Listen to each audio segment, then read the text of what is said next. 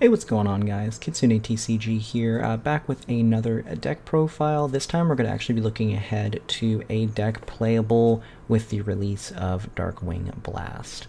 So we do know about the Bystial archetype. Obviously, it is one of the archetypes that's releasing in Darkwing Blast. This pairing is rather interesting. Dragonmaids are obviously a fan favorite archetype. This kind of a pairing with the Bystial does actually kind of give them a higher ceiling, so it kind of gives them a little bit more of a Dragon Link type engine, as well as just kind of some additional interruptions. Now, we do play 10 of the Bystial monsters, so we've got 3 Lubellion, we've got 3 Magnamut, 2 Druid Worm, and then 2 Saronir. We only need to run one of the kind of branded spell and traps that kind of go along with this archetype. So we've got the one rebranded is what the OCG name was. I'm blanking on the TCG name. And then branded Beast. From there, we do have the 3 Chamber Dragonmaid and the 3 Parlor. These are going to be your only normal summons in the deck, so it's okay to kind of max these out. Depending on your hand, obviously, be the which kind of how like your inboard's going to look, but definitely want to make sure you have these 6 in the deck, plus just the 1 lore par. You really don't need any more than that as far as like the big dragon names go. It's not really kind of what you're using them for. The 1 changeover for the fusion, and then the 1 hospitality.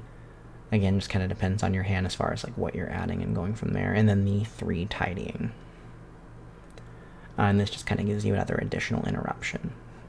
We do play the 2 Fenrir, keeping this in for now until the set comes out, just to kind of see. This will just kind of be one of your going second options that you can kind of main deck. The 3 Prosperity for consistency, the 1 Called by the Grave. And then since this deck does have rather concise engines, you are able to run a fair amount of hand traps. So we right now have 11 of them. We have 3 Ash, 3 Valor, 2 Nibiru, and 3 Imperm. So the kind of key thing for the Bystial archetype is the ability to banish a light or dark in either graveyard. So it does kind of actually allow you don't need to run DD Crow, because you're pretty much running 7 copies of it as long as your opponent controls a monster.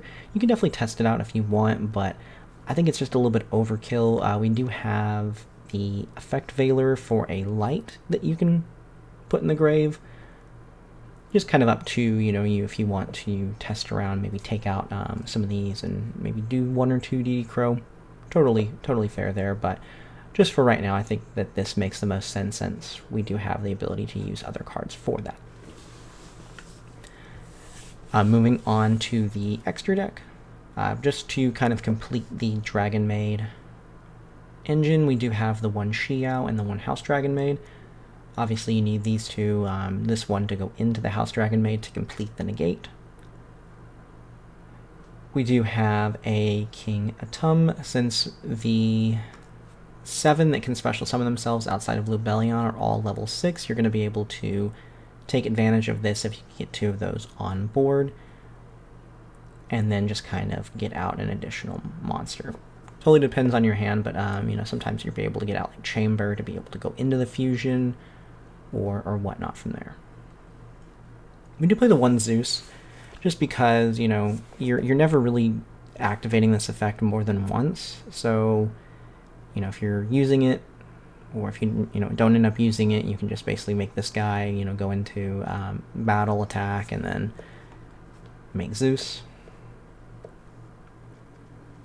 We do have the 1 Striker Dragon. This is really just to kind of get your normal summon off the board, just so you can kind of start making some plays, and then from there, you'll just be using this as link material. Similar thing for Pisty. Its effect 2 special does come up. I mean, that's obviously why you're putting this in there, just in case you do need it. But in some instances, it's just kind of another thing to go into if you have a level 4 or lower dragon. One of your big inboards that you're obviously going to end on is the Heavenly Spheres. It's just another form of interaction for you that also gets out a dragon monster. So depending on your hand, depending on, like the board state and what you're playing against, will obviously determine like what you're summoning.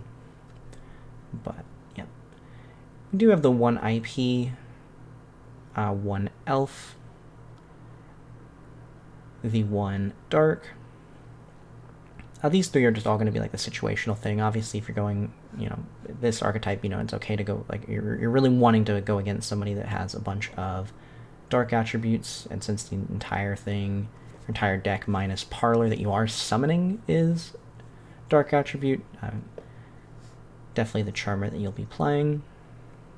Elf might seem a little bit weird since we don't have any level 2 monsters, but because we do have a fair amount of Link 2s, it is something that you definitely can go into, and then, if your opponent has a monster, you can just basically revive that monster that you used if you need. So you basically can go IP plus anything into Elf, as long as they have a monster, Elf, revive the IP, and then, you can even end on Napaloosa or go up an access code, just depending on your, what your board state looks like. So definitely a card that, I think almost any deck can take advantage of, as long as you can make a Link to.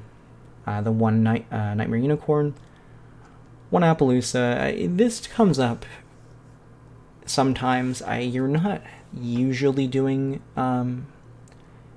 Appaloosa first turn unless you're going second and you play against a deck that makes a fair amount of darks or light monsters, just because you're not summoning that much, but it can come up, so it's definitely worth playing in the extra deck.